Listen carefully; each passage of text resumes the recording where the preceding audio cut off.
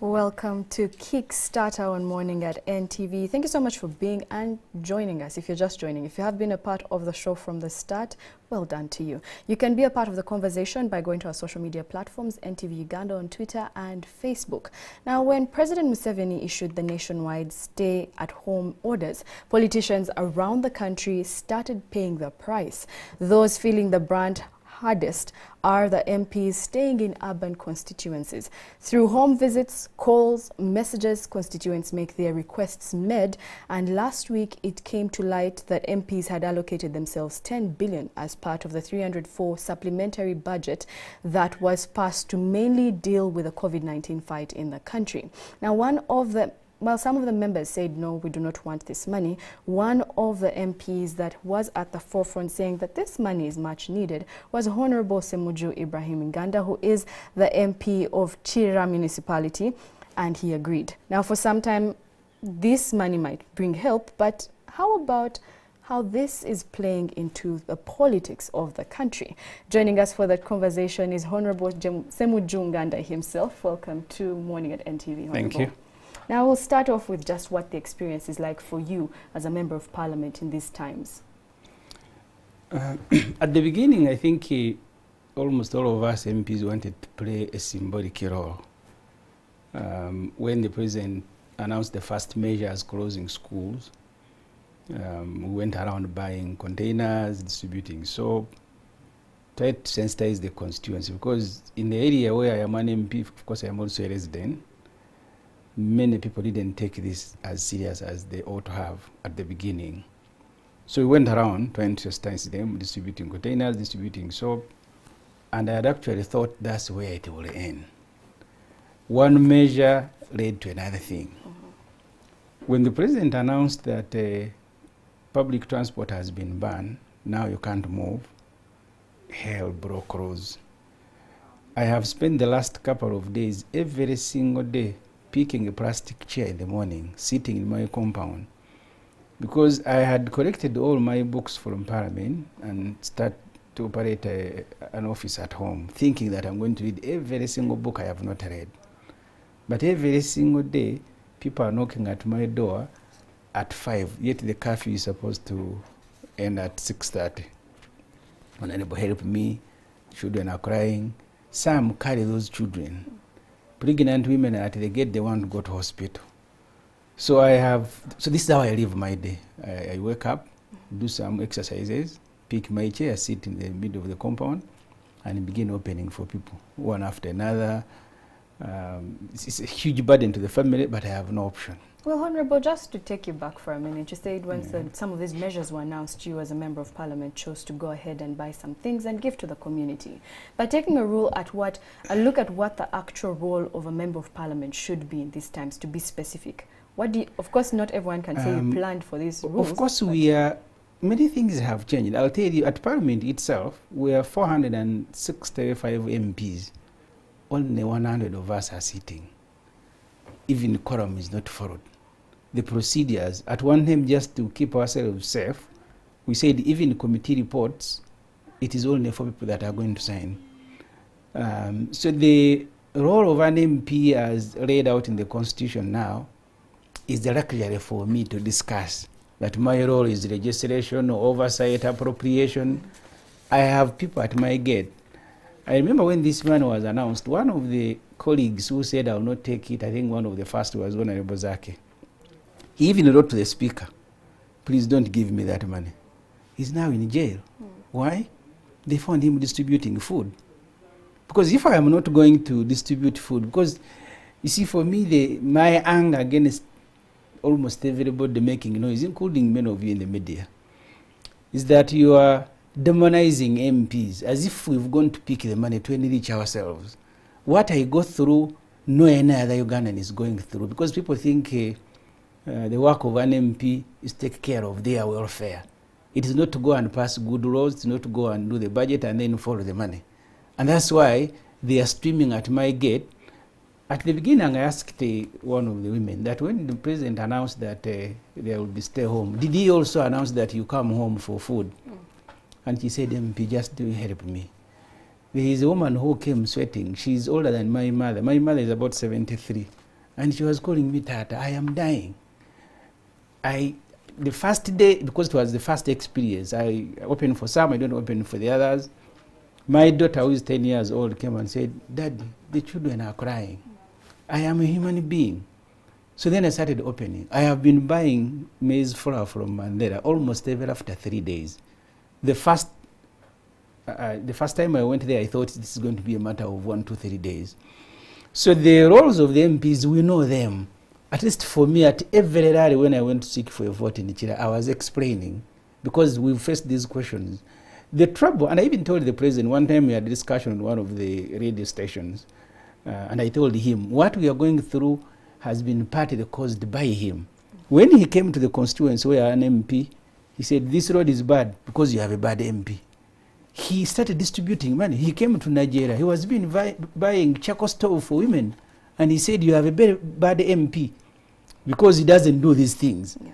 So the role of an MP in Uganda has been redefined. And I am very happy with you that the kind of approach you've given it will help the country discuss that role. So let's talk about the role in terms, because you've mentioned it's social responsibility. Yes. Yes, it's what you're now doing as members of parliament. Yeah. But the cost of this social responsibility. It is going beyond social responsibility.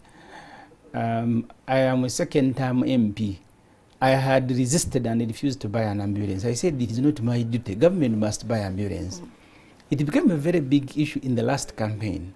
And my constituents are seeing ambulances of other MPs passing by Chilekandi. We get it every single day. Honorable Betty Namboze, Nyonga Muyanja, Padado Mugema, Goliwango Kone. Uganda has about 360 ambulances. 200 have been bought by MPs. I am one of those that was forced to buy it. I was not doing social responsibility. It was literally forced down on me. So the constituents no longer see an MP as someone who goes to parliament to legislate, but someone who must take care of. And I have told colleagues who are in government that you are the ones who are putting this burden on us, because the government has collapsed as it should be. The distribution of food, Parliament passed 59 billion shilling to distribute food. Today, it is 21 days since the distribution started. They have not reached Wakiso. Now, that's why I bring in the government's efforts during this time to curb COVID-19, and also one of the things being the lockdown, and then later on coming to the distribution of food. What do you make of the government's measures? I don't know. I am opposition, so my judgment is going to be subjective. But I have told people in the government that you're extremely incompetent. Why would you say that? How on earth? First of all, the 59 billion shilling was supposed to buy food for the first 14 days. The first 14 days ended before they had covered 10% of the 1.5 targeted million people. Then they announced another 21 days. We are now near halfway the 21 days. They have not reached Wakiso.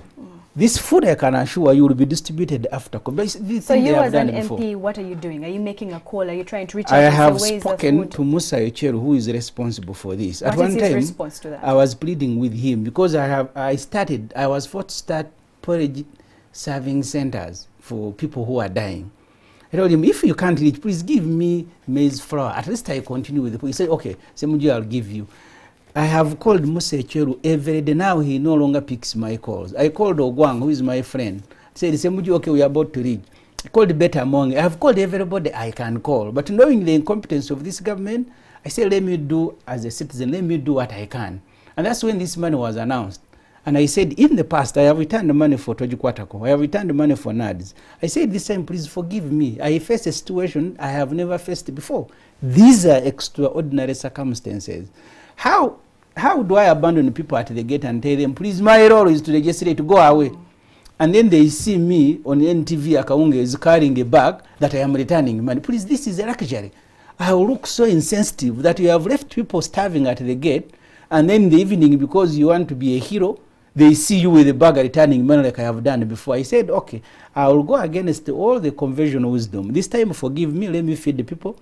When this has ended, we can have a discussion. If you want me to say sorry, I will say it. Okay, well, now you say that you're coming from a subjective point of view when it comes to what the government is doing and what because it's not doing. I am an opponent of this government. But you in opposition, what are you fronting to the government? Are you perhaps telling them this is what you should do? What suggestions are you giving the government? Are you even in talks with the government? We have, at first as the FDC, we issued an advisory. First of all, we concurred with all the measures that were announced. And then we asked the government, instead of making this a political matter, involve the local leaders. Can you imagine, in Kampala you have a committee to distribute food.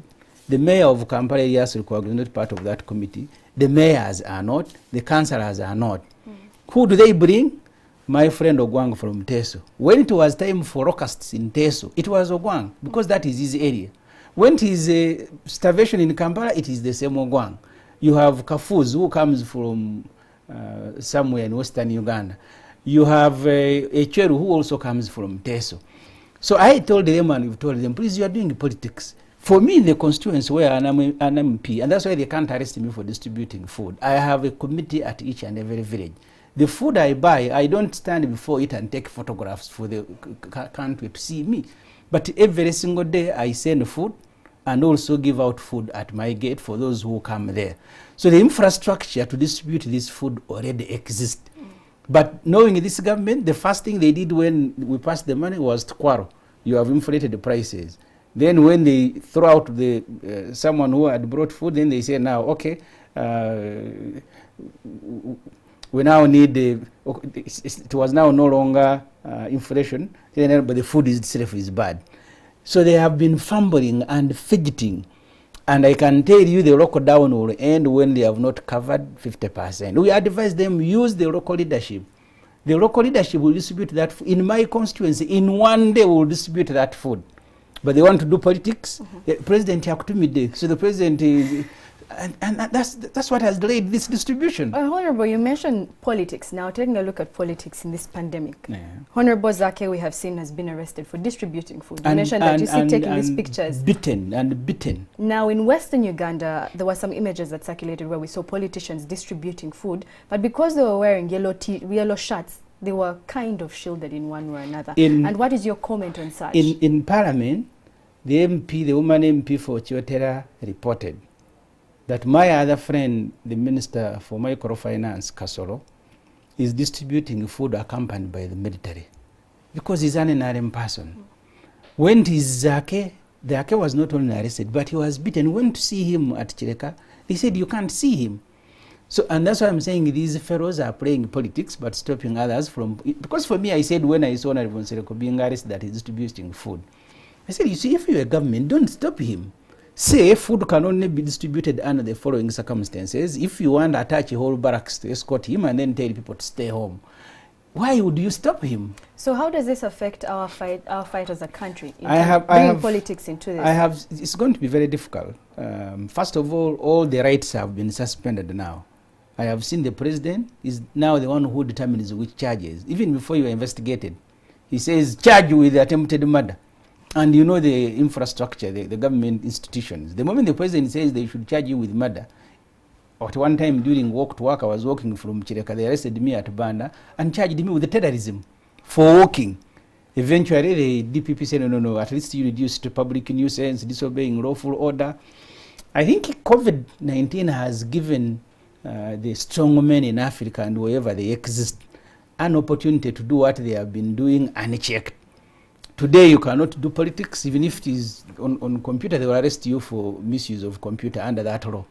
If you are distributing food or you are disobeying the president's order. If you are an NRM and you put on an NRM t-shirt, you can even hold a rally. Because the woman MP for Chiotera said, the Honorable Kasolo did not only go in people's homes, but he collected thousands of them, and she brought images of Honorable Kasolo at his home with thousands of people receiving food.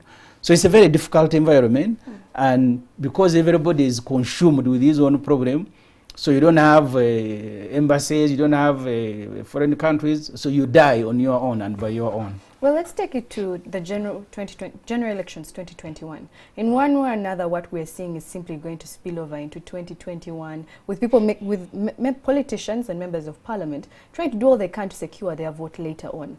And what do you have to say about that?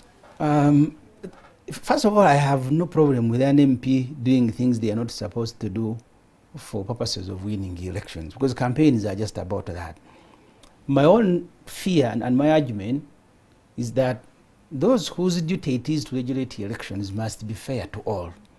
If you stop one party from distributing food, stop everybody. If you stop one party from interacting with the electorate, stop everybody. But the moment you open a window for one group and then you tell another on that, but the door is closed, stay home. And I fear the next elections were supposed to be very difficult, but COVID 2019 has given Mr. Museveni and NRM a cover. There are many things they are doing and there are many things they are going to do. When we are passing the supplementary, of course, the media, which has played a cheerleader, inviting civil society to demonize MPs as if we pocketed money and as if Ssemuju is now looking for another piece of land to buy. We passed, which was nearly $1 trillion shilling. 400 billion shilling was classified expenditure under defense, and everyone who is sane in Uganda knows where that money ends. The second request schedule that the Minister of Finance brought to Parliament had 90 billion shilling for State House. It also had 17 billion shilling for State House to buy equipment. 90 billion for State House for classified expenditure. 17 billion for State House buying vehicles. Of course, they call them equipment, and so on and so forth. What is classified expenditure about the residence of the president? Where he now, because his children are grown, where he lives only with his wife. What is classified? Is it the bed they are going to buy? So, but we will go through this, because under COVID, you can't say the NRM MPs are very defensive. Oh, issues of security. We are now deploying at the border, something that has never happened before. And under the cover, a lot of money now is going away. The country, thanks to you, the media, you have reduced the debate of the COVID money, the supplementary passed by Parliament, into 10 billion shilling. And I am not here to justify the money, but I must explain. And I have no problem. Uganda is not my father's estate. If that's how you want Uganda to be managed, no discussion on the rest of the money and where it has gone. Discuss the money of the MP, which everybody knows that these MPs are not pocketing this money. You can accuse us of doing work that is not ours, but that work exists. If there is nobody doing it, please stop blaming us for doing it. Stop blaming us for doing work that the government is supposed to do and is not doing it. Let me tell you, I bought an ambulance, donated it, and said, you guys, this ambulance is yours. You put fuel depending on the journey that you are taking it. The first time there was a COVID suspect person in my constituency, even the police took off. Then people came walking to my home. There is a problem in Kasokoso. Why? We suspect this guy is suffering from COVID. I had to send there my children. Okay, I'm going there my children, the ones who are running ambulance. When they arrived in Kasokoso, they were not protected. I called Beta Amongi. Amongi were in the same class. And I said, please, can you give me protective gear? She said, you come tomorrow. I am in cabinet. Come the other day. Eventually, I had to improvise. The people who are supposed to be paying for fuel, the driver told me, we have reached here. This woman said she has 2,000 shilling. What do you do? I said, okay, now don't ask anyone money. We'll go and look for it. So I must look for money to buy fuel for the ambulance. I must look for money to feed the people. And all you hear in the media, MPs are greedy. MPs are cast bonanza. Just to stop you for a second, you mentioned the fact that if government is not doing its work and we're given money to do the work that government should be doing, how then do we forget that you should be a watchdog to the government and call on them and say what you're doing is wrong? Because nonetheless, even if you're being given 20 million, there's all this money that's being given to the government, and we can't just not focus on I agree with you, and I have told everybody that's a legitimate debate. We must have it. But someone who is faced, I looked at my friend, the road mayor. Lukwago is one of the best lawyers in this country. He had a plastic mug, a traditional one we used to use when we were in the village, distributing posho at his gate. A lawyer of his caliber. You think that's the life that Lukwago wants to go through? I don't think so. You have no option. This government is incompetent. Even something small they can't do it, they will first quarrel for a whole week. By the time their quarrel settle, the COVID lockdown days have ended. I don't want to do that. I am also proud. I need to live a very good life. I told you I carried all my books from Parliament that I have not read, and I said now, during this 1 month when I am inside my house, on first day, I opened the first paragraph. So what is the matter? Honorable, I am dying. So we have to go through this. Yes, these are extraordinary days. On a normal day, you will not find me. I demonize MPs who line up people and begin distributing money. I demonize them. I have told them at Parliament, I will never do something like that. Now I am doing it because we are faced with a situation that has forced 21 million people into unemployment. All of us here, many Ugandans want to get a visa and go to America to work. Now you have 21 million Americans without a job. They are lining up at food banks. The food banks have been exhausted. Everybody, this disease has made almost everybody vulnerable. For us, it found us with an old debate on the roles of a member of parliament. And that debate is not going to be settled during this COVID. We will continue with it. I'll give you an example. In Kenya, each constituency is given 23 billion shilling, Ugandan shilling, to go and do constituency work. In Tanzania, it's the same thing. In Uganda here, there was a time when MPs were given 10 million to go and do constituency work. Of course, government used it to have the MP for Kasese arrested. The opposition said no, he has not accounted for it. So politics has been redefined.